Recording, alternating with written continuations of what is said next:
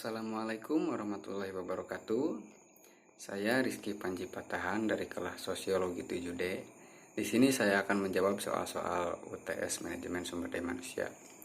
Nomor 1, manajemen adalah sebuah proses perencanaan, pengorganisasian dan juga pengawasan terhadap sumber data yang ada untuk mencapai sebuah tujuan yang efektif dan efisien. Yang bagian B, manajemen sumber daya manusia adalah salah satu bagian terpenting dan juga tidak dapat dilepaskan dari sebuah organisasi, baik itu perusahaan ataupun instansi. Bagian C, manajemen sumber daya manusia adalah pemanfaatan sejumlah individu secara efektif dan efisien dan juga dapat digunakan secara maksimal untuk mencapai sebuah tujuan organisasi dan perusahaan.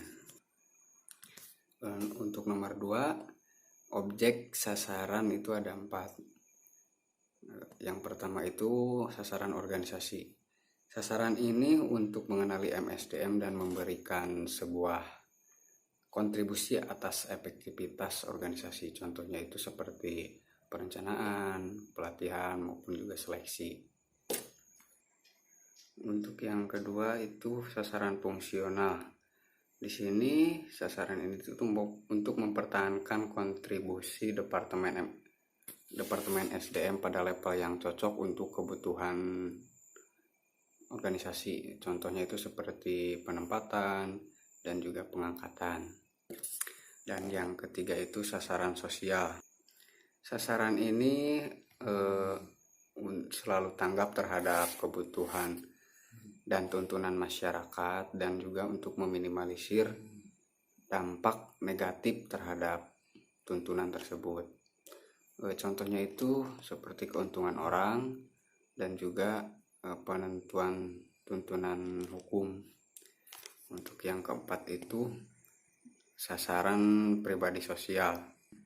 Sasaran ini untuk membantu para karyawan untuk mencapai sebuah tujuan. Dan tujuannya itu untuk organisasi gitu. Contohnya itu penilaian, pelatihan, dan pengembangan penilaian. Untuk nomor 3, peluang. Dengan jumlah penduduk Indonesia yang banyak di Asia Tenggara, ini bisa dijadikan acuan untuk pasar ASEAN jika didukung dengan produktivitas yang cukup tinggi. Indonesia juga memiliki sumber daya manusia dan juga sumber daya alam. Hambatannya itu di bidang perdagangan. Nah, dengan mengurangi hambatan perdagangan, Indonesia bisa meningkatkan kegiatan ekspor dan impor sehingga meningkatkan gross domestic product. Indonesia bisa berkompetisi di bidang perkebunan, pertanian, dan juga peternakan. Selanjutnya untuk nomor 4, ada 5. Yang pertama itu kode etik. Kode etik itu ya kita harus cara berkomunikasi bagaimana dan cara bersikapnya harus seperti apa. Yang kedua itu memiliki kemampuan dan pengetahuan yang tinggi. Jadi ketika ada masalah harus dicarikan solusi. Dan ketika atasan tidak ada, karyawan mengambil keputusan ini untuk menyelesaikan jika memiliki kemampuan yang cukup tinggi. Yang ketiga itu memiliki tanggung jawab dan berintegritas.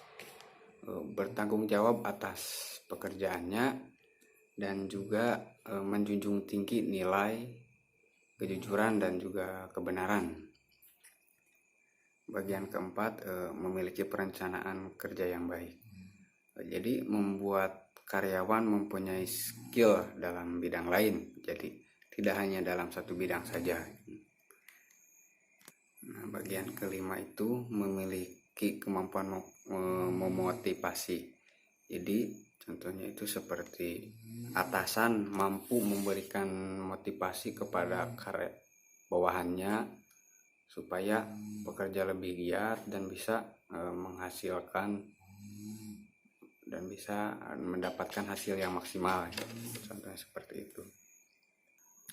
Selanjutnya untuk nomor 5, jelaskan apa yang disebut dengan etos kerja dan berikan contohnya. Kemampuan untuk mempertahankan nilai moral yang tepat di dalam sebuah pekerjaan.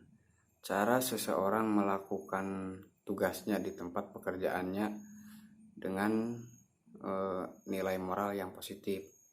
Contohnya itu seperti profesional dalam bekerja, berintegritas dan juga disiplin. Selanjutnya untuk nomor 6,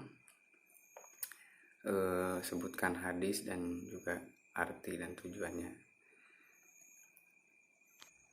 Bismillahirrahmanirrahim. Ida asnidal amru illa ghairi ahlihi fangtadiri sya'ata. Artinya jika satu urusan diserahkan bukan pada ahlinya, maka tunggulah hari kiamat. Nah, maksudnya itu hadis ini menjelaskan tentang bagaimana ketika kita memanage suatu pekerjaan yang bukan pada bidangnya, maka pekerjaan tersebut tidak akan membuahkan hasil yang maksimal. Sekian dari saya untuk menjawab soal-soal tersebut. Kurang lebihnya mohon maaf. Wabillahi taufiq wal hidayah. Wassalamualaikum warahmatullahi wabarakatuh.